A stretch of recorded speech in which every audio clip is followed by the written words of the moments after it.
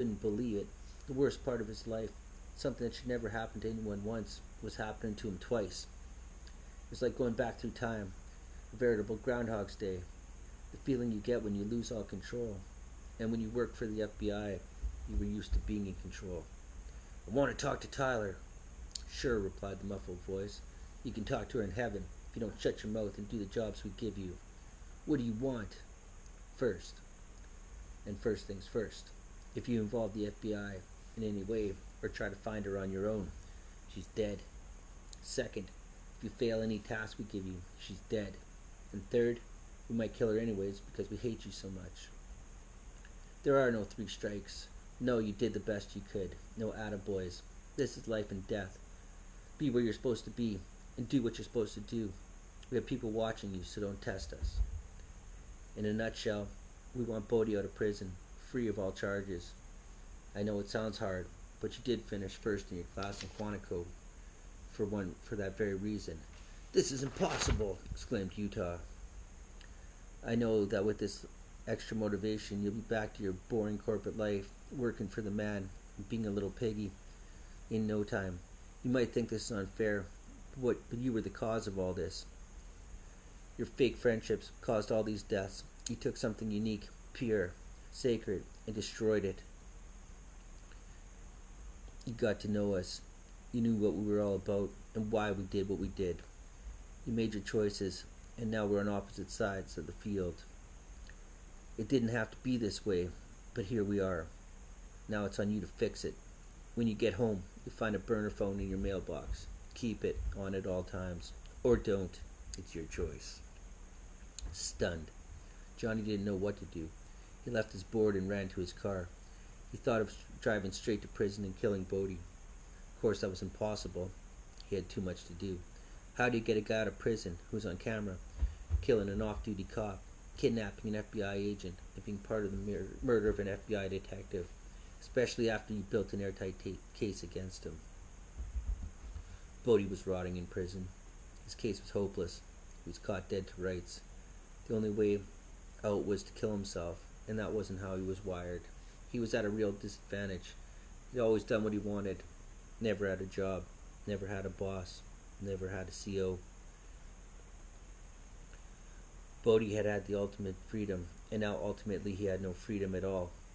Every minute, every hour felt like a year. He was surrounded by criminals, truly the worst people in the world. But depending on who you talked to, he was just where he belonged. Everything had ended so quickly, from the penthouse to the outhouse.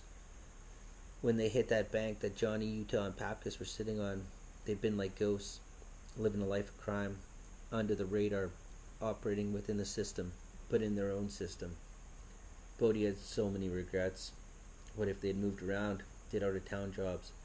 But creatures like Bodhi were extremely territorial. Like any good surfer, you go where the best waves are, and the easiest banks. And the best waves just happened to all be in LA at the time. Maybe he could have been a surfing legend, but the corporate side of surfing had been a major turn-off to him as well. The only reality for him was the one that he'd created for himself. Now, in the situation he was in, all he could do was wait for someone to kill him. He had a trial coming up in a month, but he had no faith. He wanted to get out of jail just one last time. What he would do to get out of this cage, see the ocean, things he'd never taken for granted, but now realized he couldn't live without.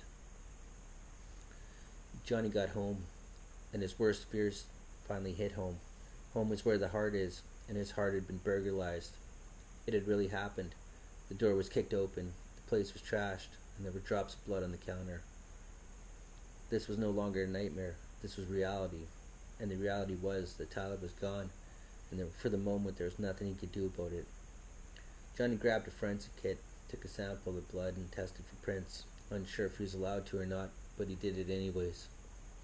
Johnny figured that Bodhi had some kind of help, but with having no money and few connections, it was probably a small operation. They could follow him, watch him, but lacked the resources to infiltrate the FBI. Still, he could not take too many chances. He collected the burner phone from the mailbox, turned it on, and watched a video of Tyler banging on the door in a small room. Deja vu. It nearly broke him inside, but he'd been broken before, and he had a life to save. two of them, if you think about it. Johnny poured a huge glass of whiskey to calm his nerves, sat down at his desk. He had to have some kind of plan. They could be calling at any moment, with any crazy request. He had no one to turn to. He had to get to work. This truly was an impossible task. The more he thought, the more it upset him, because he knew he was too mad and too scared to work. But he was too mad and too scared not to work, and so plans started to formulate. First thing he did was go down to the worst corner in West LA. He made a mini bus here. He had to avoid dealers that would recognize him. He changed his appearance as much as he could and went looking for drugs. Boy, they sure weren't hard to find. In his first legal drug buy ever, Johnny Utah purchased a pill container filled with Percocets and OxyContin and returned home to start phase 1 of his plan. This plan could cost him everything, without accomplishing anything. It all came down to timing and luck. This was his Hail Mary, but he used to be a quarterback. If he got away with it, this would be the first step to ruining his life, but saving Tyler's. Bodie's life was going nowhere fast. He still took meetings with his lawyers, just for the human contact. There wasn't too much hope, but they looked for some.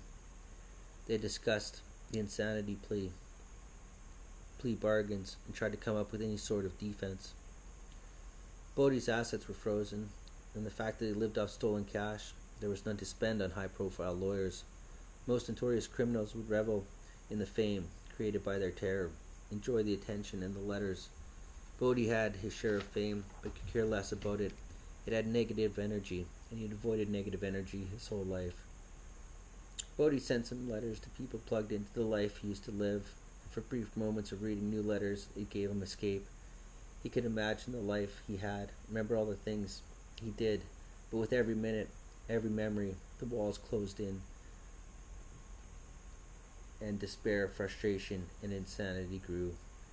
There really was no way out. This was his reality.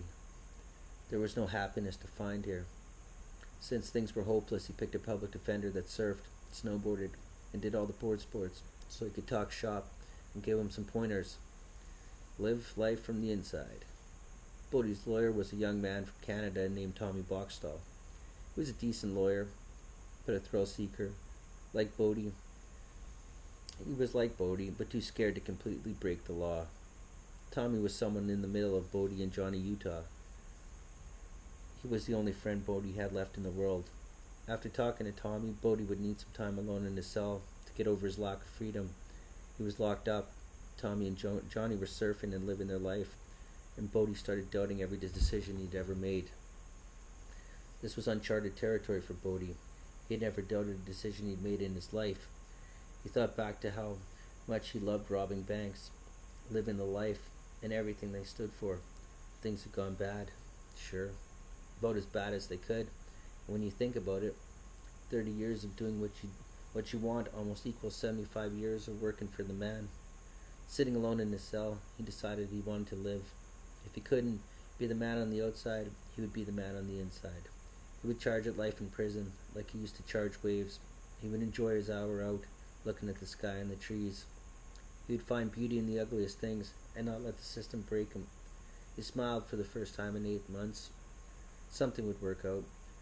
Tommy was planning a trip to Australia to ride Bell's Beach. It was the same place Bodie had taken his last ride. It wasn't the 50-year storm, but it was still a gnarly place to ride, and Bodie had lots of knowledge. Tommy was surprised and kind of caught off guard when Bodie suggested he go to his old beach where he and the ex-presidents used to ride. Bodie wanted to update on how Johnny Utah's surfing was coming along.